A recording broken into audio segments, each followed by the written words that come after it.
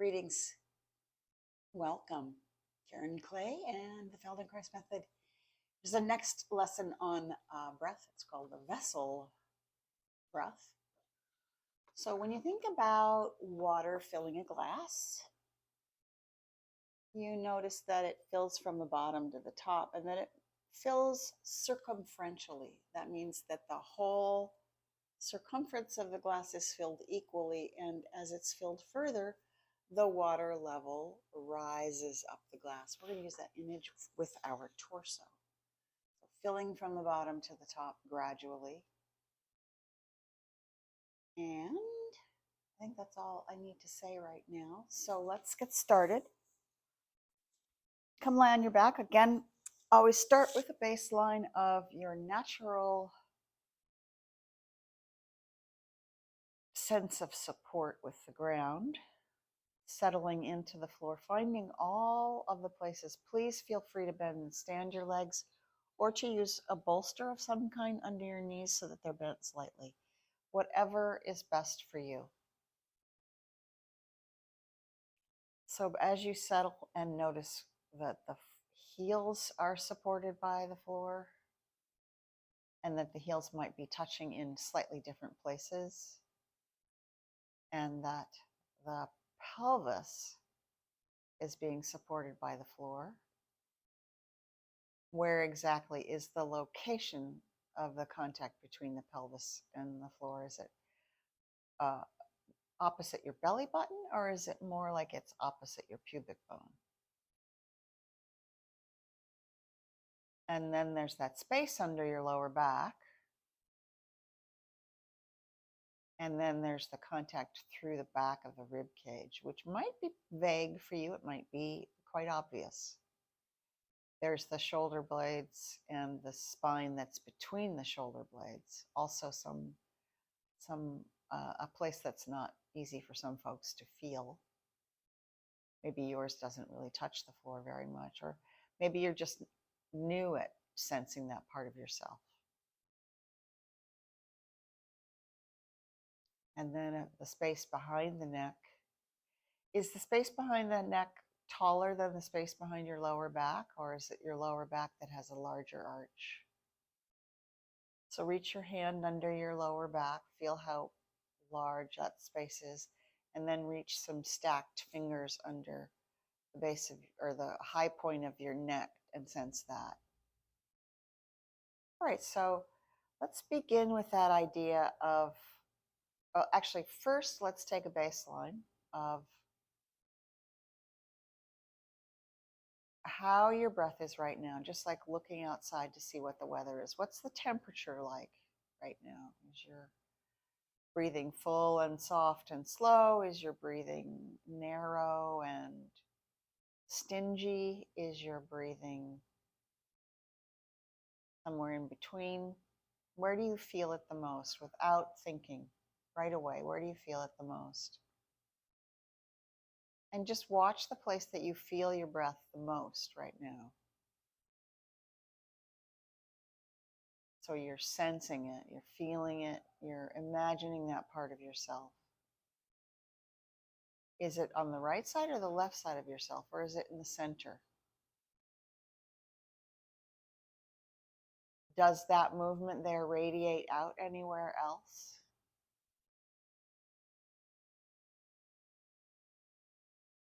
And then our checklist, is there breathing in the belly? Is there breathing in the sides of the waist? In the small of the back?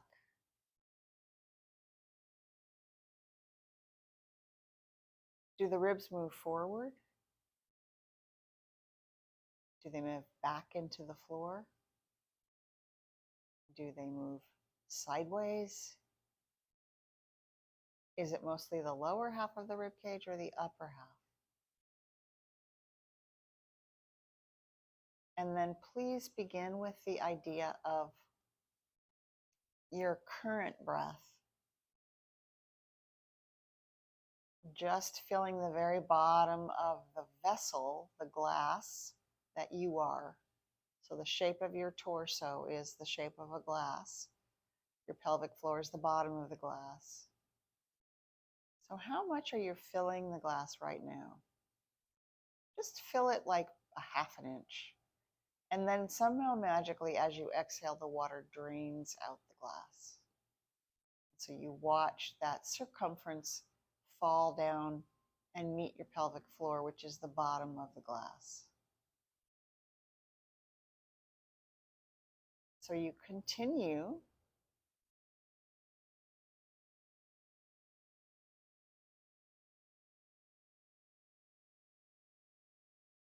gradually, half inch by half inch, or even quarter inch by quarter inch, filling the glass a little tiny bit higher each time, and then letting it drain.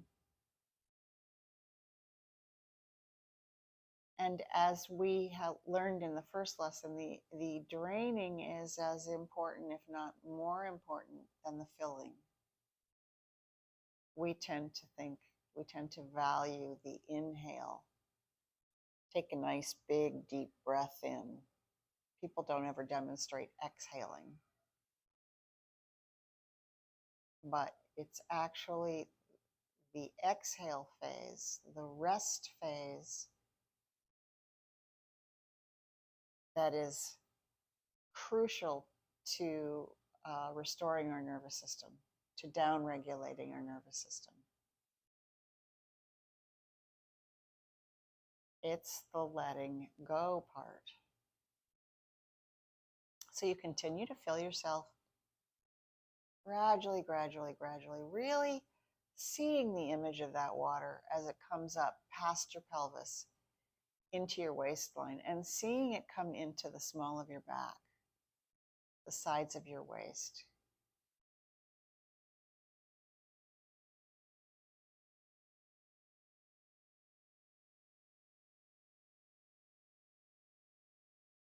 Each breath rises a little further.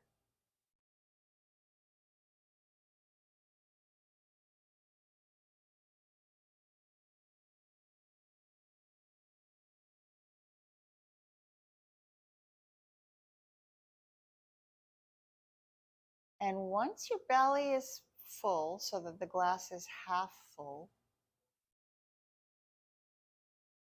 continue to let the breath fill, the water fill up into the rib cage. So you're going to transition from filling the belly to expanding the ribs circumferentially. The whole circumference of the rib cage at the lowest level becomes bigger around. And then you let go and let everything come back to emptiness. Wait for your in-breath. Breathe again circumferentially, expanding the ribs in all directions, just a little higher. Mostly you're going to feel a lot of expansion into the floor, which is probably something that you're not used to. Don't worry about getting it right. Don't worry about it being big.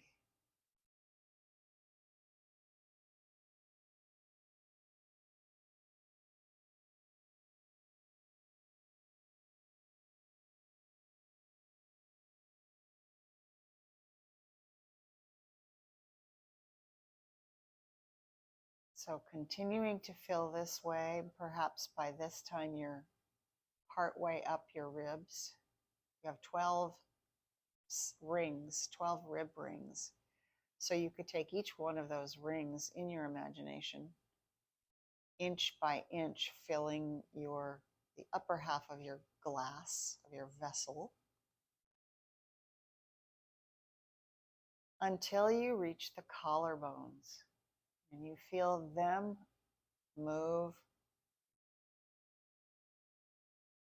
You feel them float towards the ceiling. You feel them float towards your chin.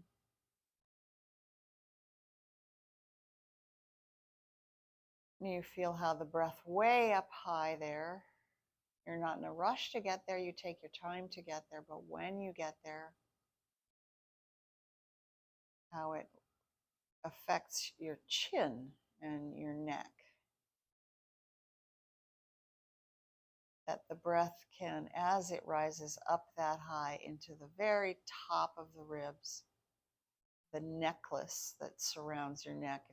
Your first rib is about the size of a choker, and it's just underneath your collarbones. So you can think of that narrow necklace, choker sized ring.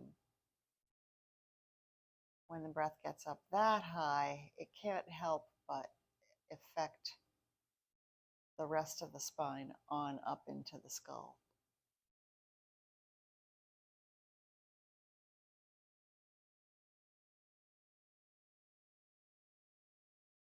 Let it take as long as it takes. It requires a great deal of patience, a great deal of willingness to wait.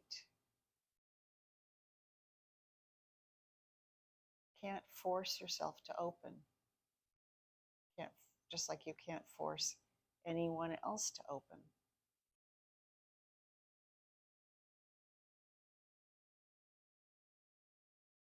So when you get up to about your collarbones, would you please assign silent counting to your in-breath? 1, 1,000, 2, 1,000, etc.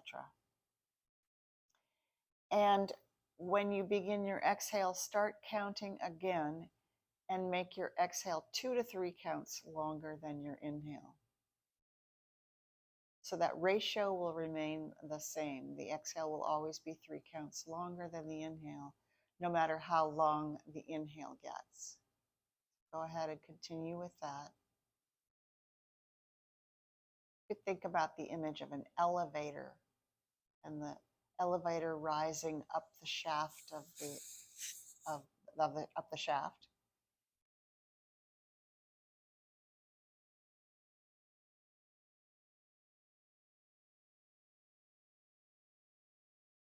You could think about a tube train, an underground transit train.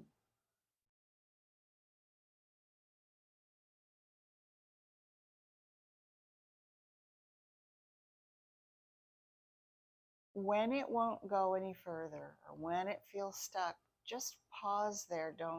And pause in your inhaling. Just wait. If it doesn't happen, then exhale.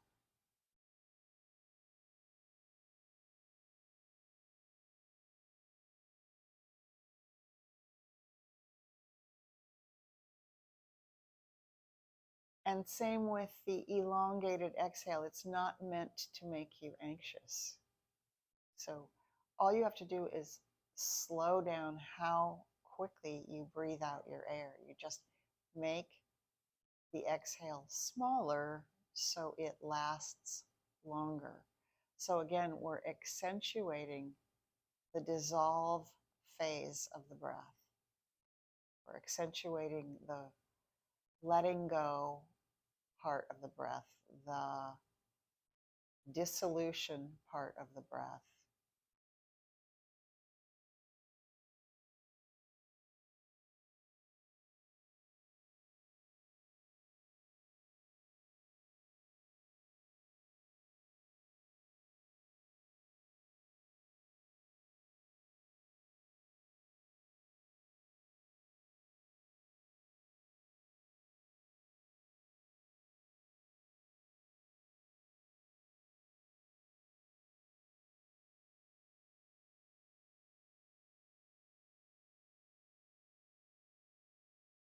Often what we need to expand our inhale is actually more exhale.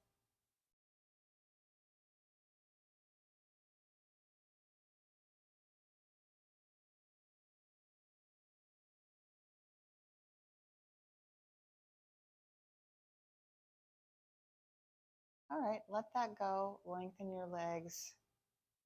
Sense how you feel against the ground now, with the ground. The weight through the heels, the weight through the pelvis, the weight through the back of the rib cage and the skull. Reach underneath your lower back, see if it's flatter. Reach behind your neck, see if it's flatter. And then just with your natural breathing, notice how much more sequential the breath is and how much more movement there is in parts of you that you had forgotten about.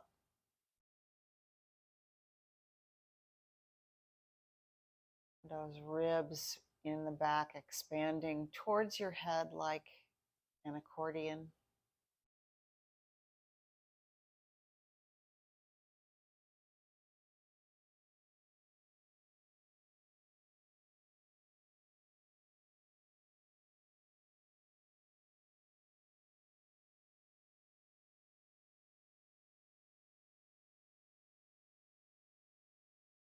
Your sense of how the breath swells up into the throat.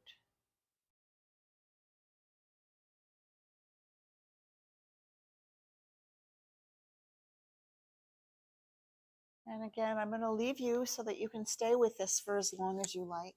And then when you're ready to stand, make a slow, soft transition. Thank you so much for watching. We'll do one more breath lesson next week.